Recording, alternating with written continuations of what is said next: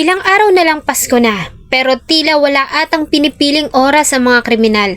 Hindi isa kundi dalawang walang kalaban-laban na mga bata ang natagpuang wala ng buhay sa Santo Tomas at Tanawan, Batangas noong December 20, 2025. Nakita ang mga kawawang bata na nakasilid sa sako at kinumpirma ng mga otoridad na ang mga biktima ay ginahasa. Nang matagpuan ang isang batang nawala sa Tanawan, Batangas. Tahalang sinapit ng isang 5 taong gulang na babae sa isa sa mga pinuntahan niyang bahay sa Santo Tomas sa Batangas. Nawala siya matapos mga ruling at patay ng natagpuan habang nakasilid sa isang sako. Sa agarang aksyon na ginawa ng Santo Tomas PNP at Tanawan PNP ay agad na naaresto ang 4 na mga suspect. Subalit sadyang magugulat ka sa kanilang mga isinalaysay sa ginawa nila sa mga bata bago nila ito itinapon.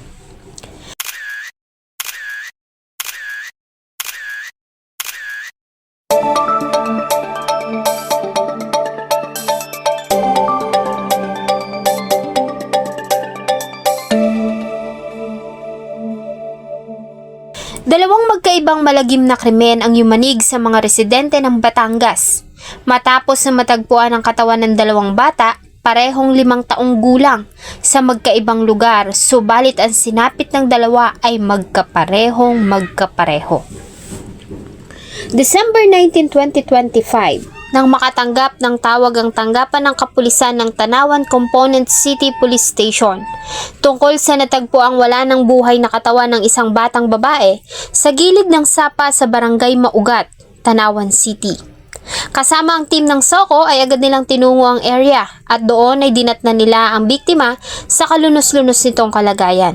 Nakasilid dito sa loob ng isang puting sako, walang saplot at may malaking hiwa sa leeg.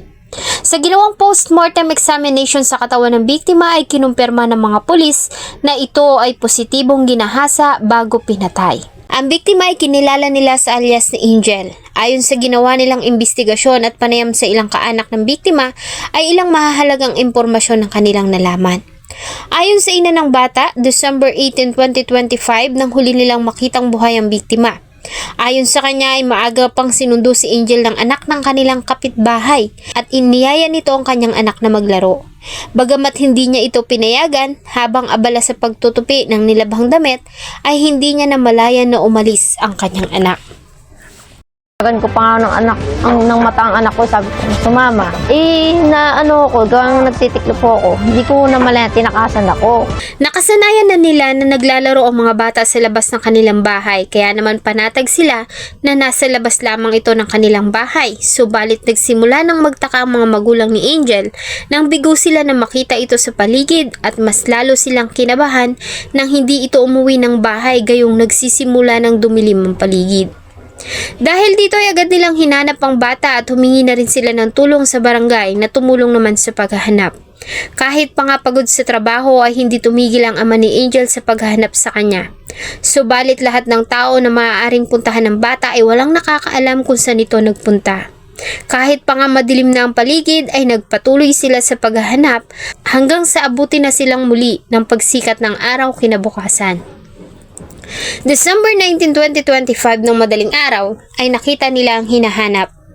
Ayon sa salaysay ng ama ng biktima ay nagsimula siyang suyuri ng masusukal na area malapit sa kanilang bahay, kabilang na nga rito ang gilid ng sapa sa Barangay Maugat, at doon nga niya nakita ang kalunos-lunos na kalagayan ng kanyang nawawalang anak na si Angel. Matapos ang investigasyon at pagtatanong-tanong ay 2 suspek ang agad na inaresto ng kapulisan ng Tanawan. Ang mga ito ay hindi na iba sa pamilya ng biktima. Sa katunayan ay kapitbahay lamang nila ang mga suspek. Lumabas sa investigasyon na inutusan ng suspek ang kanyang anak na sundin si Angel sa kanilang bahay at yayain itong maglaro. Bagay na tumugma sa salaysay ng ina ng biktima. Tulad ng plano ay sumama si Angel sa kalaro at nagtungo sa bahay ng mga suspek.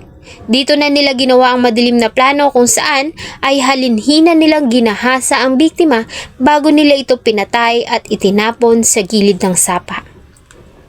Maliban dito ay nagawang ma-recover ng investigador ang isang jersey na bagamat nalabhan na ay nakitaan pa rin ang mga marka ng dugo.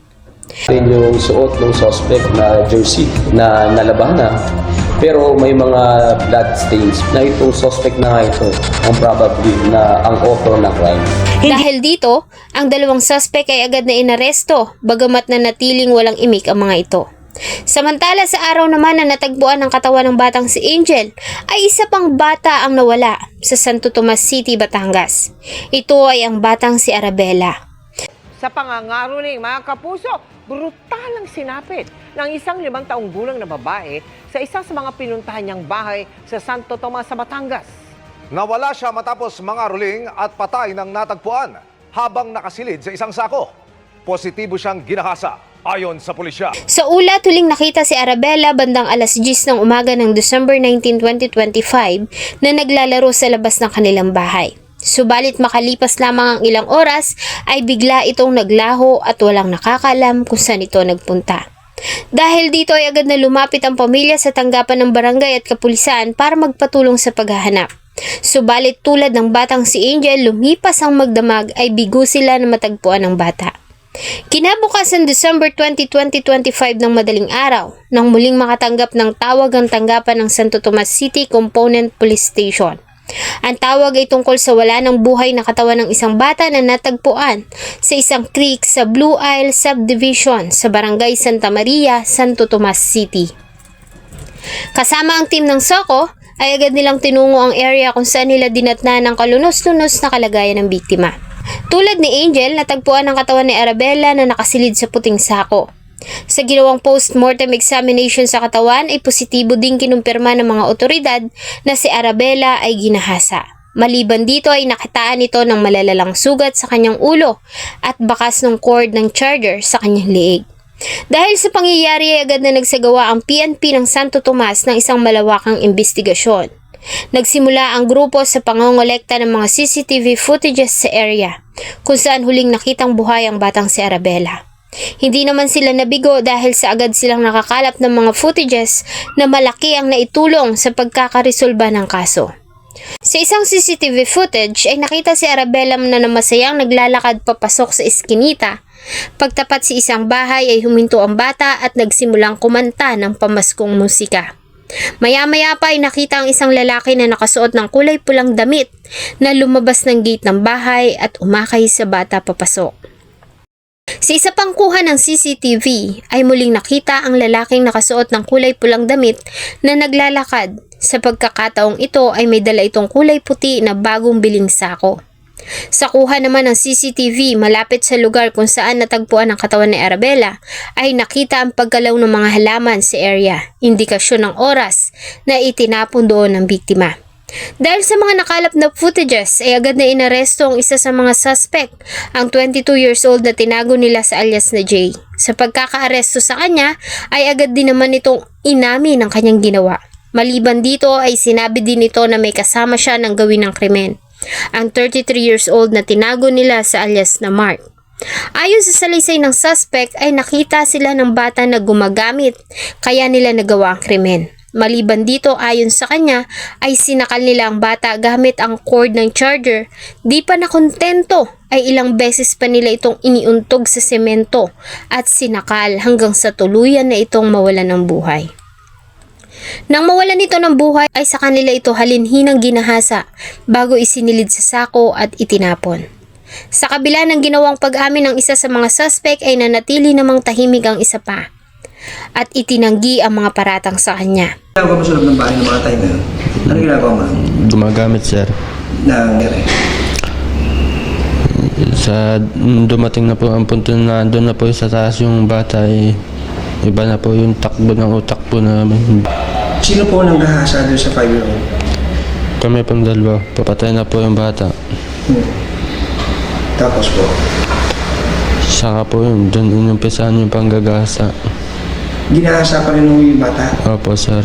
Kahit napatay na? Dahil sa Opo, pangyayari, ang mga suspect ay kinasuhan na ng kasong panggagahasa at pagpatay sa Prosecutor's Office ng Tanawan City para kay Angel at sa Prosecutor's Office naman ng Santo Tomas, Batangas para naman sa biktimang si Arabella. Nakakalungkot ang sinapit ng dalawang bata ni sila Angel at Arabella. Ano na nga ba ang nangyayari sa ating bansa ngayon? At kabi-kabila ang mga nagaganap na krimen. Karamihan sa mga nabibiktima ay ang mga walang kalaban-laban na mga kababaihan. Dahil sa nangyari ay may paalala ang PNP sa publiko. A tradition para sa mga atin na para sa atin na magkaroling, no, dahil nga Pasko.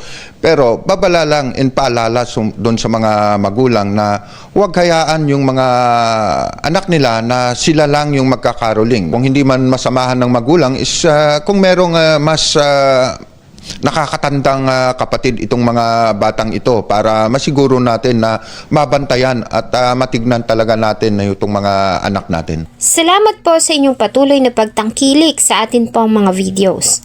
Huwag niyo pong kalimutang mag-iwan ng inyong salubin at suggestion sa atin pong comment section.